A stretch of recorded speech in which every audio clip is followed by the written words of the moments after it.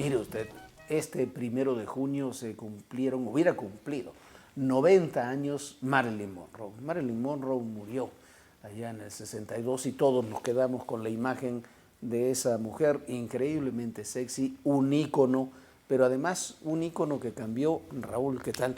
Cambió culturas, formas de ser, formas de interpretar. Principios de erotismo, principios de erotismo, adolescente. una búsqueda también de la propia Marilyn de trascender y de transformarse, sí, claro, de pasar de la rubia tonta a la mujer, a la actriz reconocida, pensante, que me parece un personaje fantástico, más allá de sus limitaciones, de su historia.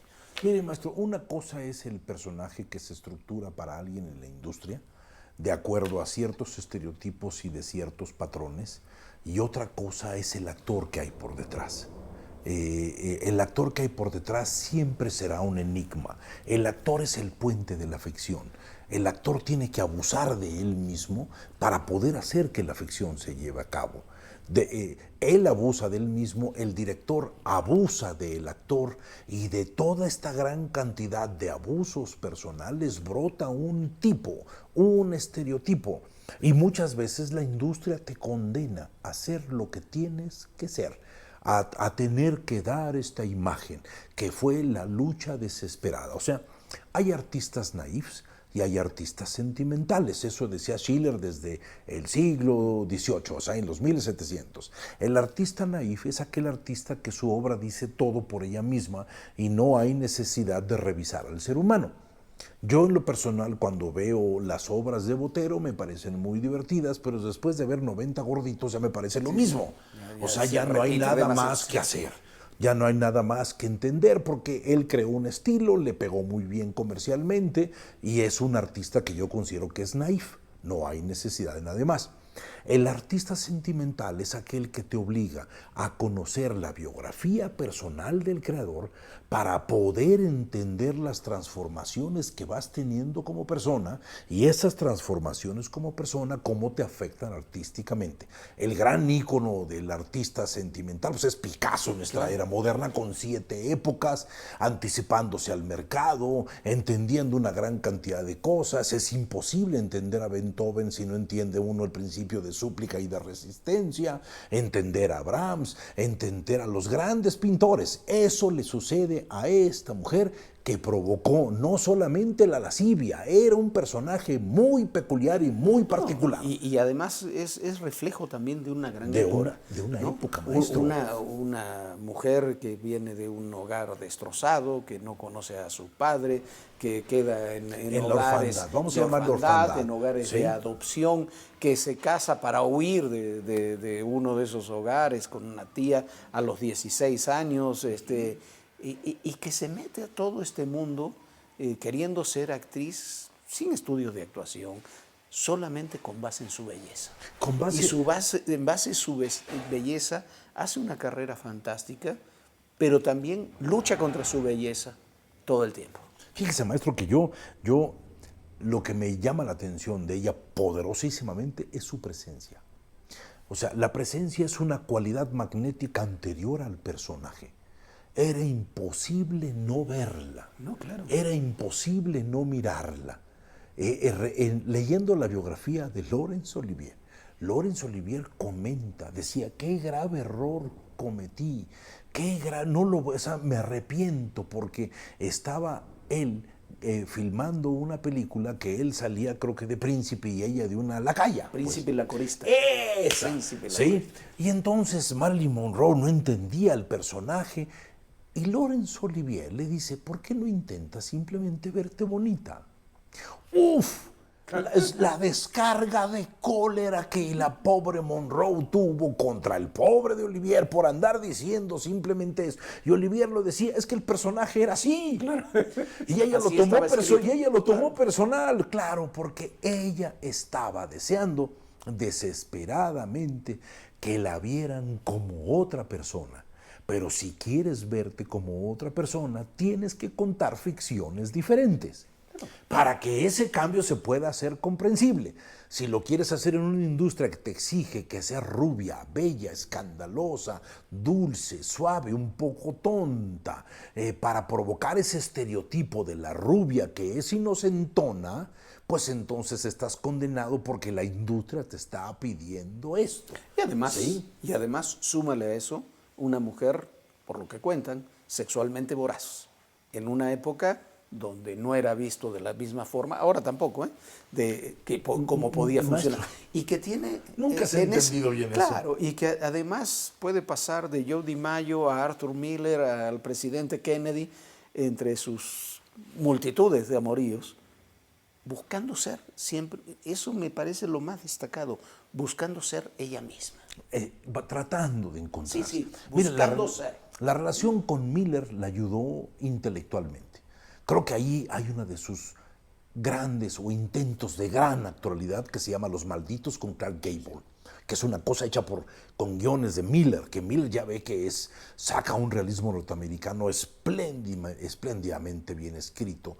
Sí, a mí me gusta mucho de él obras como Todos parecen jueves, que era una cosa muy chejoviana, muy interesante.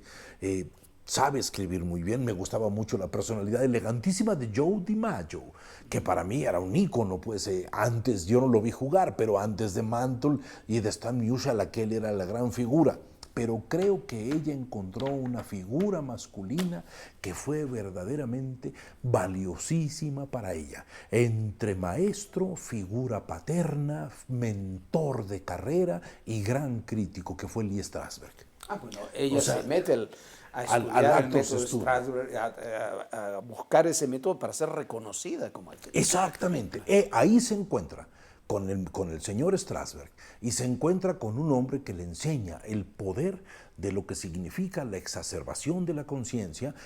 Strasberg viene de Michael Chekhov y Chekhov viene de toda esta gran corriente rusa de Stanislavski. Claro. ¿Sí? ¿Qué hace Stanislavski? Tú quieres llamar al inconsciente, no lo andes buscando porque el inconsciente no es como el Dr. Jekyll y Mr. Hyde. No, quieres que el inconsciente se presente, exacerba tu consciente, concéntrate en la situación. Es la misma corriente que maneja Lee Strasberg, pero él maneja todavía una cosa más importante, la importancia de la reacción, del gesto en específico, del entendimiento de lo que significa la gran comunicación de la forma unida a la gran emoción que te sostenga la forma, para que eso se denomine con buen gusto. Marilyn Monroe se aferra a Strasberg como el mentor que buscaba, como el padre ausente que tenía, como el hombre que le ayudaba a buscar actuaciones diferentes, como el sostén psicológico, la gran figura paterna que se caracterizaba por la ausencia. El padre es una necesidad del alma, pues, y ella lo encontró en ese hombre. Sí, pero al mismo tiempo la gran paradoja es que mientras estabas estudiando y trabajando con Strasberg, era una mujer que quería reconocimiento público de otro tipo. Su relación con John Kennedy es de ese tipo. Oiga, John Kennedy no tomaba en serio ninguna mujer, ni a Jacqueline, ni a su esposa, ninguna mujer, pero hay momentos supremos. Aquella canción, aquel Happy Birthday en el Madison Square Garden de cumpleaños de a John 42, Kennedy, ¿se acuerda? es una cosa imposible que sería imposible de cumplir ahora, ¿no? Uno no se imagina una fiesta de cumpleaños así para un presidente en funciones, salvo que sea una dictadura asiática de esas o latinoamericana medio extrañas. Pero la figura es imposible disociar del inconsciente colectivo esa figura de Marilyn Monroe cantando ese día de lo que sucedió después de su relación con John Kennedy. Maestro, no sé si esté claro lo que voy a decir, pero Estados Unidos era Camelot.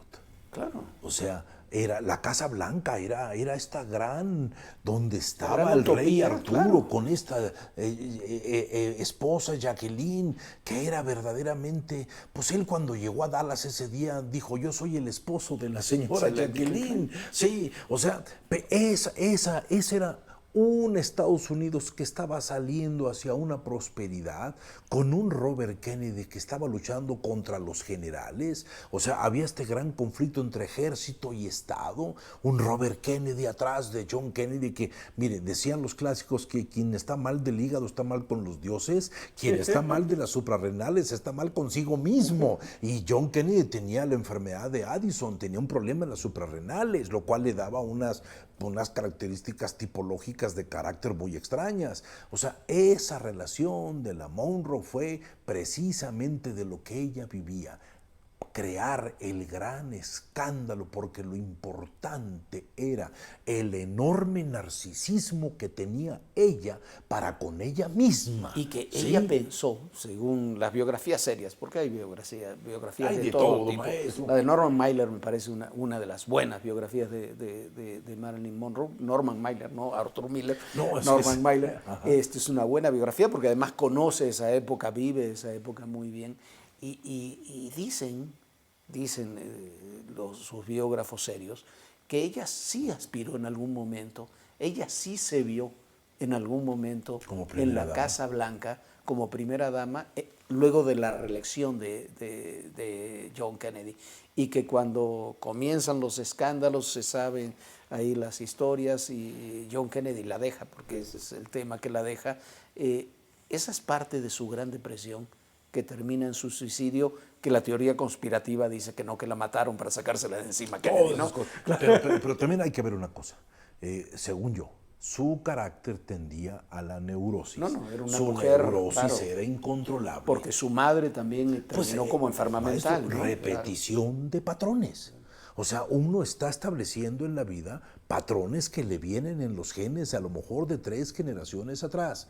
Hay que entender la ausencia de figura paterna, la ausencia de figura materna, el caos de la figura materna, el miedo a la locura que tenía Marilyn Monroe, el miedo terrible a volverse como su mamá. de volverse loca como su madre, no de repetir ese patrón, sino de yo no me quiero verlo con mi madre. Entonces, establecida en un proceso de neurosis, y la neurosis es la reacción desmesurada a cualquier estímulo, ¿en qué se refugió ella? En la felicidad portátil, en las pastas. O sea, ella empezó en una gran dosis de químicos llamados antidepresivos, ansiolíticos, no manejados, no controlados. Manejados con una dosis alta de alcohol. Pues maestro, y aparte la ingesta del whisky, que verdaderamente era terrible, ¿no? Pero nos queda un par de minutos. Tú eres un gran director de teatro, por si la gente no lo sabe, eres un gran psiquiatra. No. Pero, ¿qué hay en estas figuras? Cuando uno ve figuras como Marilyn Monroe, habría cumplido en estos días 90 años. Imagínese la viejita chocha. Y sigue siendo una figura sin ese halo y sin ese toque de locura, como tenía Marilyn, como han tenido otros genios y otros personajes notables. No hubieran sido genios. Mire, maestro, se necesita ese grado de locura eso, para haber sido, y algo que platicábamos en otra oportunidad también, morir joven ayuda. Mire, eso morir es joven y bello. morir joven te ayuda para hacer el mito, pues. Imagínense Pedro Infante cantando ahorita como viejito, pues hubiera sido patético, ¿sí? Los Beatles haciendo una gira mundial hubiera sido un éxito, pero cantando She Loves You, unos viejitos de 70. Imagínate a Marilyn, ¿sí? 90 años, no, imagínese, entrevistada por Oprah María Winfrey. Félix, acabó como María Félix, que ya dejó de ser un mito para convertirse ella misma en un proceso irónico en ella, ¿sí? Pero, ¿qué representaba para mí Marilyn Monroe? El extremo de la sensualidad humana. O sea, ella provocaba que los demás sintieran, y ella sentía lo que los demás estaban sintiendo.